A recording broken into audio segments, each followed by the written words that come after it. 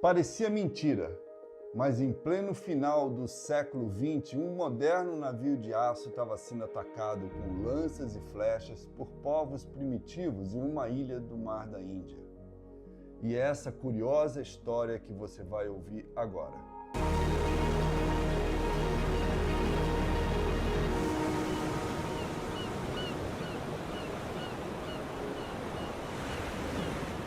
No início da noite de 2 de agosto de 1981, um tufão varreu o mar do Golfo de Bengala, uma enorme porção de água que existe entre a Índia e Mianmar. Entre os navios que navegavam na região naquela noite estava o cargueiro panamenho, mas que pertencia a uma empresa de Hong Kong, o Primrose. Ele tinha partido de Bangladesh com destino à Austrália dias antes, levando um carregamento de ração para frangos e 31 tripulantes, todos chineses, incluindo o capitão Liu Xinglong. Quando a tormenta aumentou ainda mais de intensidade, por volta da meia-noite, o capitão Xinglong não conseguiu impedir que o navio, que já vinha sendo arrastado pelas ondas e pelos ventos fortes, encalhasse em um recife de coral a menos de 100 metros da praia de uma das ilhas do arquipélago Andaman. E ali o navio ficou impossibilitado de se movimentar, mas sem risco imediato de afundar. O perigo, no entanto, existia, mas era outro, e ainda mais apavorante que o simples naufrágio. Durante 2 dias e 2 noites não houve como retirar o navio encalhado por causa da tempestade. Ela impedia a aproximação de qualquer outra embarcação para tentar arrancar o navio do recife onde ele estava encalhado. Mas no terceiro dia, o escritório da empresa dona do Primrose recebeu uma perturbadora mensagem do capitão Xinglong. Ele pedia o envio urgente de armamentos. Armas? Por que aqueles marinheiros dentro de um navio encalhado precisariam de armas? Qual o risco que o capitão julgava que eles corriam, entalados diante de uma ilha que parecia ser deserta? A resposta estava no nome daquela ilha, Sentinela do Norte, a famigerada ilha dos Sentileneses, uma tribo de homens primitivos e ainda arredios a qualquer contato com o mundo exterior, considerado um dos mais hostis e isolados do mundo. Um relatório da ONU de 2012 estimou que a população dos sentileneses tinha algo entre 50 e 400 pessoas. Eles viviam isolados naquela ilha por opção, arredios a qualquer contato com outras pessoas, mais ou menos como algumas tribos indígenas do Brasil, só que bem mais belicosos. O capitão Xinglong tinha motivo de sobra para estar preocupado. Naquela manhã, a tripulação do Primrose tinha visto, saindo da mata que margeava a praia, um grupo de homens negros, uns 50 mais ou menos, trazendo grandes arcos, flechas, lanças e canoas. Parecia claro que a intenção do grupo era navegar até o navio imobilizado e atacá-lo, por mais absurda que aquela situação parecesse em pleno século XX.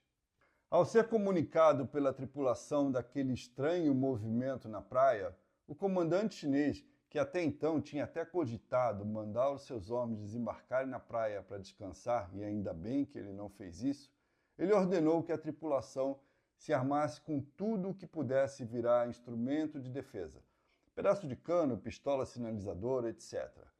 E que ficasse 24 horas de vigia no convés, apesar do mau tempo que ainda imperava na região. Mas, apesar do mar violento, aqueles sentileneses pareciam determinados a atacar o navio com suas flechas e canoas. Por sorte, foi o próprio mau tempo que impediu que eles conseguissem isso. Ondas bem altas quebravam na praia, uma consequência direta daquela tempestade, e impediam que as canoas entrassem no mar. E os ventos bem fortes desviavam as flechas que eles disparavam contra o navio da própria praia. Rapidamente, a notícia de que um moderno navio de aço estava sendo atacado com flechas por povos primitivos virou manchete no mundo inteiro. E isso pressionou as autoridades da Índia, país ao qual as Ilhas Andaman pertencem, embora isso não se aplique à Ilha Sentinela do Norte, cuja posse legal é dos próprios sentileneses, a fazer algo efetivo para ajudar aqueles apavorados marinheiros. A primeira tentativa pelo mar foi frustrada. Um bote inflável lançado por um navio da Marinha Indiana próximo ao Primrose para resgatar os tripulantes do navio quase virou nas ondas e a operação teve que ser suspensa antes que a quantidade de vítimas à mercê da fúria dos sentileneses aumentasse ainda mais. Já a segunda tentativa pelo ar foi bem sucedida, apesar de uma série de tentativas. Um ex-aviador americano da Guerra do Vietnã, que morava na capital das Ilhas Andaman, se ofereceu como voluntário para pilotar um helicóptero até o navio e pousar no convés para resgatar os tripulantes. E ele conseguiu isso, apesar da chuva de flechas que os sentileneses disparavam da praia contra o helicóptero. Ao final de 3 viagens, todos os 31 marinheiros do Primrose estavam salvos, mas não o navio. Seria arriscado demais para as equipes de resgate passarem dias tentando desencalhar o navio sob a permanente ameaça de ataque dos sentileneses. E eles eram seres vulneráveis, protegidos por leis e não podiam ser combatidos, muito menos atacados. Com isso, Primrose acabou condenado a ficar ali para sempre e se transformar em um amontoado de ferros enferrujados, como ainda pode ser visto nas imagens do Google Earth em uma das praias da ilha Sentinela do Norte. 10 anos depois, em 1991, naquele que seria o último contato pacífico de pesquisadores com os habitantes de Sentinela do Norte, uma ilha hoje proibida a qualquer visitante, um grupo de antropologistas percebeu que as flechas e lanças que os nativos usavam tinham pontas de metal, material que até então eles desconheciam. A conclusão foi que os sentileneses tinham, por fim, invadido o navio abandonado e dele retirado pedaços de ferro e aço que usaram para aperfeiçoar os seus armamentos.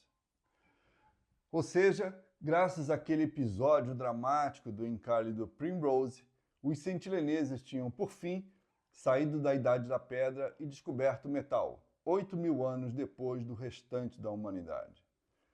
Mas isso não diminuiu o estado primitivo em que os sentileneses vivem até hoje. Em 2006, eles mataram 2 pescadores que desembarcaram na ilha para pescar. E em novembro de 2018, assassinaram um missionário americano que foi para lá sozinho, disposto a convertê-los ao cristianismo. Ele era John Chau e o seu corpo jamais foi resgatado porque o governo da Índia julgou arriscado demais entrar na ilha, não só por causa dos sentileneses, mas também para evitar contaminá-los com doenças que para nós são banais, como vírus e resfriados. Eles tampouco foram acusados pelo assassinato, porque perante a lei são inimputáveis. E isso ainda acontece em pleno século XXI. Parece mentira, mas é verdade. Eu sou Jorge de Souza e você ouviu uma das histórias dos livros Histórias do Mar, que podem ser comprados em www.historiasdomar.com. Gostou? Então deixe seu like e assine para receber outras histórias de graça.